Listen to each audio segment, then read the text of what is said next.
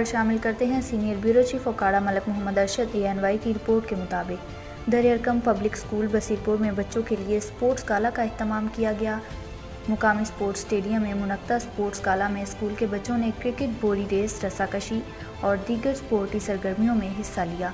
School के principal Tausif Qasim Wattoo और इनकी पूरी टीम ने बेहतरीन इंतजाम करके मुअज़्ज़िज़ीन इलाका में मियाँ फ़याज़ अहमद वट्टू, मोहम्मद अकरम हाशमी मियाँ, अली शेर, हाजी मोहम्मद असगर, हसान अकरम, यासिन मुजाहिद और मलक मोहसन ने बच्चों की हौसला अफजाई के लिए ग्राउंड में मौजूद रहे।